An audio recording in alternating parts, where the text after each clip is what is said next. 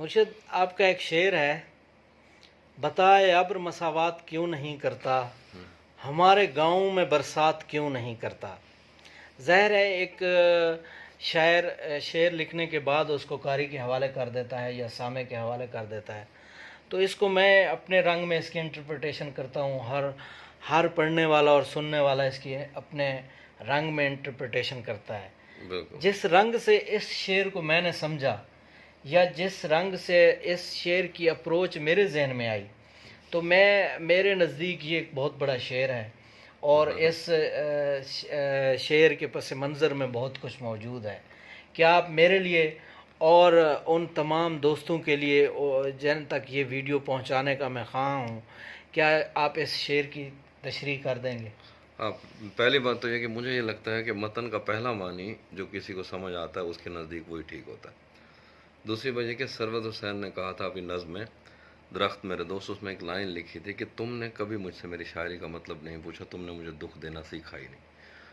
اس پہ میں تھوڑی سی بات کروں گا کیونکہ ہے میری آغاز کے زمانوں کا شعر جب میں شاعری شروع کرتا۔ ظاہر ہے میری زندگی گزری توسہ شریف میں، دریائے سندھ کے کنارے، اور وہ سب علاقہ مجھے لگتا ہے کہ وہ حویلی، وہ جگہ، وہ گھر بہت مقدس ہوتا ہے جہاں سے پہلی بار آپ آسمان دیکھتے ہیں، ٹھیک ہے۔ لیکن میں اپنی ان حویلیوں کے دریچوں سے یا کھڑکیوں سے، ظاہر ہے ایک شاعر نظر رکھتا ہے، پوری دنیا کا کوئی معاملہ وہ دیکھ رہا ہوتا ہے، تو میں اکثر تو یہ کہتا رہتا ہوں کہ شاعر کے اوپر کوئی اخلاقی ذمہ داری نہیں ہوتی، لیکن مجھے یہ لگتا ہے کبھی کبھی کہ شاعر ڈیوٹی باؤنڈ ہوتا ہے۔ کم سے کم اس کو اتنا تو ضرور کرنا چاہیے کہ وہ سمتیں، آٹھویں ساتویں اس طرح کوئی الگ سمتیں، ان کا تعین کرے یا ان کو واضح کرنے کی کوشش کرے جہاں عام آدمی دیکھ بھی نہیں پاتا اور پہنچ بھی نہیں پاتا، اگر وہ اپنے آپ کو ادیب دانشور کہتا ہے یا سوسائٹی اس کو کہتی ہے۔ یہ سب سے پہلی بات ہے۔ اور دوسری بات یہ ہے کہ جو ناہمواری پیدا ہوتی ہے، جو بگاڑ پیدا ہوتا ہے سوسائٹیز میں، وہ ہمیں تو یہ لگتا ہے چونکہ ہمارا مسئلہ معاشی ہے تو ہمیں یہ لگتا ہے کہ یہ صرف معاشی ناہمواری ہی ہے، لیکن ایسا نہیں ہوتا۔ مثال کے طور پر اب عرب اگر دیکھیں تو وہاں جمہوری بحران ہے، وہاں ڈیموکریٹک رائٹس نہیں ہیں، ان کا مسئلہ ہے، لیکن وہاں بھی ناہمواری موجود ہے۔ عرب سپرنگ شروع ہوتا ہے، آپ دیکھیں وہ بحرین تک آ کے رک جاتا ہے، اور ظاہر ہے اس کو کرش کیا گیا، ورنہ تو وہ سارا ان کا جو صدیوں کا معاملہ ہے وہ تباہ ہو سکتا تھا، اور اس کے امکان دوبارہ بھی موجود ہیں۔ اور اگر آپ اس سے بھی چلے جائیں آگے، اگر چائنا چلے جائیں تو وہاں فریڈم آف سپیچ کا مسئلہ ہے کہ ایک ریاست کوئی ایک نظریہ طے کرتی ہے، اس کو ایز اٹ ایز ہر بندے نے قبول کرنا ہے۔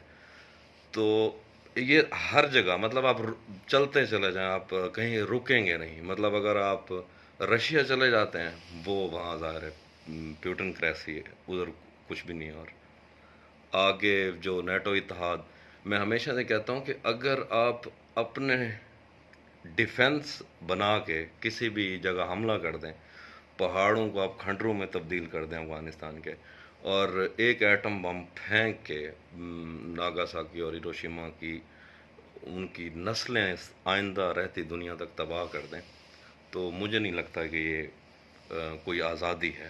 مطلب میں اپنے کنڈکٹ میں آزاد ہوں، لیکن میں کسی کو گولی تو نہیں مار سکتا۔ تو یہ سارے رویے یا اس طرح کی چیزیں ہیں، مجھے لگتا ہے کہ شاید یہ شعر انہی ہی کسی مسائل پہ ہے۔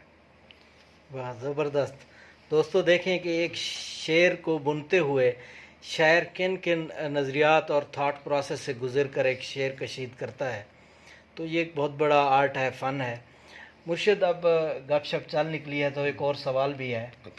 تو میری فراست میں، میرے نزدیک کچھ لوگ، میں سمجھتا ہوں کہ شاید سازشی رنگ میں، کیونکہ وہ جس طرح کی ایک باقاعدہ طور پر ایسے کبھی کبھی محسوس ہوتا ہے کہ وہ کمپین لانچ کی گئی ہے، تو ان کی حوالے سے کچھ ہمارے پھر وہ دوست اس انفلوئنس بھی ہوتے ہیں، اور جو دوست بیسیکلی آپ کے بنیادی تھیم سے واقف نہیں ہوتے تو وہ اس پروپیگنڈے کا شکار بھی ہو جاتے ہیں۔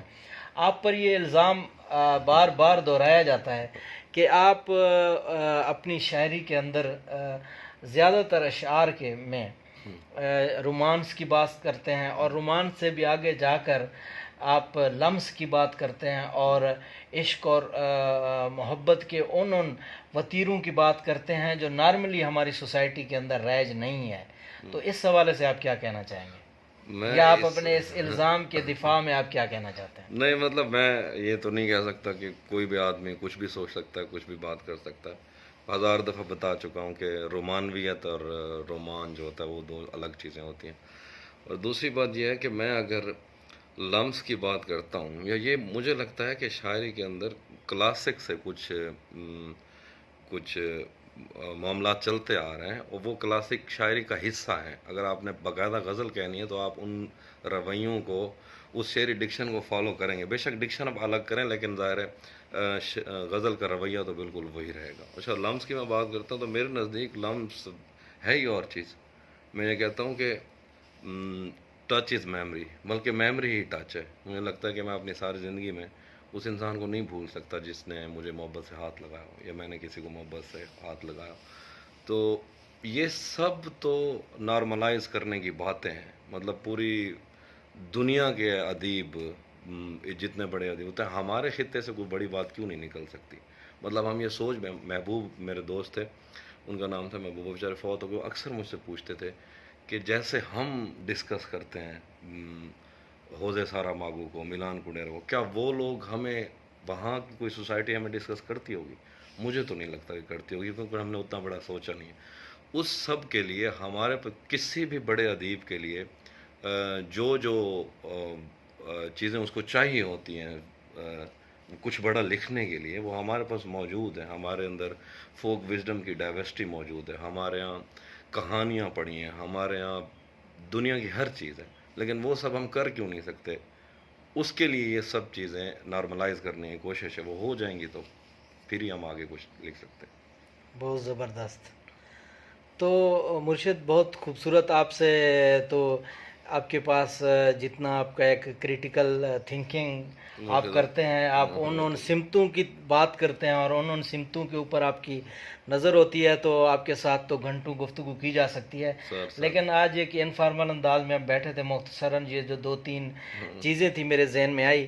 تو آخر میں ایک ریسنٹلی ایک بہت بڑا نام دنیا کے ادب میں, ان کو میں کہوں گا کہ بظاہر وہ جن کو کہتے ہیں کہ وہ فوت ہو گئے ہیں, وہ ہم میں نہیں رہے, لیکن ان کا آرٹ, ان کا لٹریچر اور ان کا نظریہ اتنا بلند ہے, اتنا وسیع ہے, اور اس کی جڑیں اتنی زیادہ سوسائٹی کے اندر پینیٹریشن کر چکی ہیں اور آگے کرتی رہیں گی کہ ہم یہ نہیں کہہ سکتے کہ وہ ہمیں نہیں, ہمارے ساتھ ہیں وہ ہر لمحے, ہم ان کو محسوس کر سکتے ہیں ان کے لفظوں کے ذریعے. لیکن پھر بھی میں میلان کنڈیرا کی بات کر رہا ہوں, وہ ریسنٹلی فوت ہوئے ہیں. وہ آپ کے بھی ہمیشہ سے محبوب ترین رائٹر رہے ہیں. تو ان کو ٹرائیبیوٹ پیش کرنے کے لیے یا ان کے حوالے سے آپ کچھ کہنا چاہیں؟ یہ بہت اچھا کیا. ظاہر ہے ہر ایک آدمی کو افسوس ہے, ظاہر ہے وہ چیک کے بڑے فکشن نگاروں میں سے تھے, بلکہ پورے عالم کے بڑے فکشن نگاروں میں سے تھے. میں ان کے ساتھ زیادہ خود کو ریلیٹ کر پاتا تھا, یا مجھے وہ بہت زیادہ پسند آتا ہے. میں یہ کہتا ہوں کہ آخری سانسیں انہوں نے پیرس میں نہیں, میرے بازو میں لی. اور جو میلان صاحب کا معاملہ تھا نا, جو مجھے الگ کیوں لگتے ہیں باقی رائٹر سے, وہ اپنی ایک استعاراتی دنیا قائم کرتے تھے اپنی رائٹنگ میں. وہ اجنبی ہونے کے باوجود ہمیں وہ دوسری دنیا کے استعارے معلوم نہیں ہوتے تھے.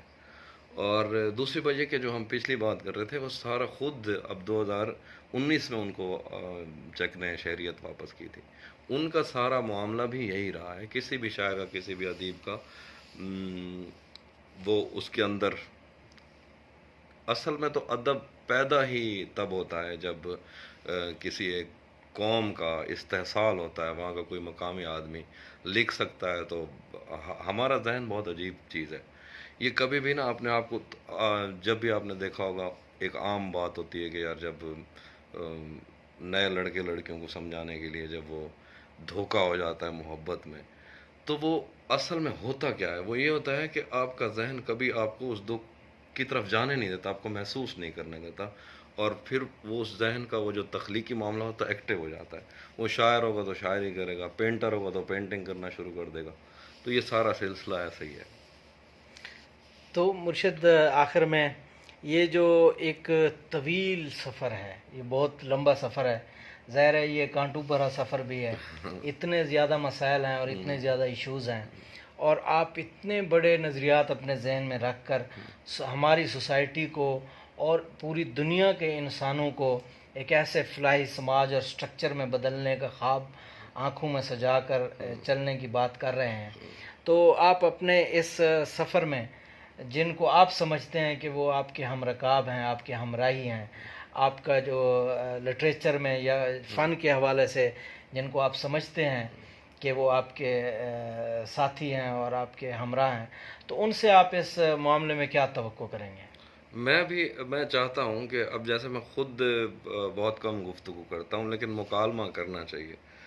ایتھنس کے اندر کیا کرتا تھا سقراط؟ وہ ایسے چلتے بندے سے پوچھ لیتا کہ تم کون ہو، وہاں سے آغاز ہوتا ہے۔ مکالمہ کرنا چاہیے کیونکہ مکالمے سے بہت سارے مسائل حل ہوتے ہیں۔ اور دوسری بات یہ ہے کہ قبریں گننا جو ہے نا وہ بہت صفاق عمل ہے، اور ہم صدیوں سے یہی کرتے ہیں۔ ہمیں زندگی کرنی چاہیے، جینا میرے اندر زندگی کے لیے احتجاجی ریلیاں نکلتی ہیں، اور آخری انسان کی سانسوں تک یہ جنگ جاری رہے گی۔ واہ مرشد، بہت بہت شکریہ آپ سے۔ میں روٹین میں شعر بھی سنتا رہتا ہوں اور آپ سے گفتگو بھی رہتی ہے، لیکن آج اس گفتگو میں کافی سارے ایسی چیزیں جو پہلی دفعہ مجھے سننے کو ملیں، اور آج مجھے ایسے آپ لگتا تو ہے سنتے ہیں ریکارڈ، شاید پہلی دفعہ ہم نے اس طرح سے کچھ کیا تو، اور میں یہ سمجھتا ہوں کہ آپ کے جو ایک خواب ہے، آپ کا ایک نظریہ مجھے لگ رہا ہے کہ باقاعدہ آپ ایک نظریے کو اپنی آنکھوں میں اپنے ذہن میں سمائے ہوئے آگے بڑھ رہے ہیں، اس امید کے ساتھ کہ یہ ابر مساوات کرے اور آپ کے گاؤں پر بھی برسات کرے، اور لیکن زیادہ نہ کرے کیونکہ ابھی جو کلاؤڈ برسٹ ہوئے تھے سیلاب آ گیا اتنا زیادہ۔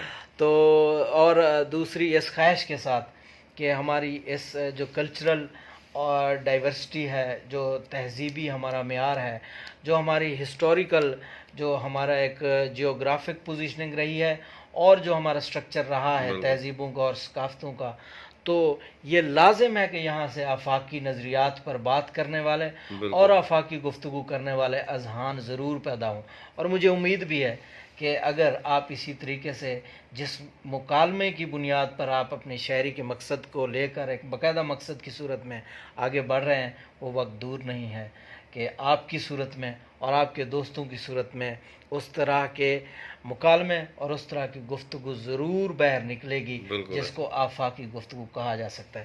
بہت شکریہ مرشد۔ بہت شکریہ۔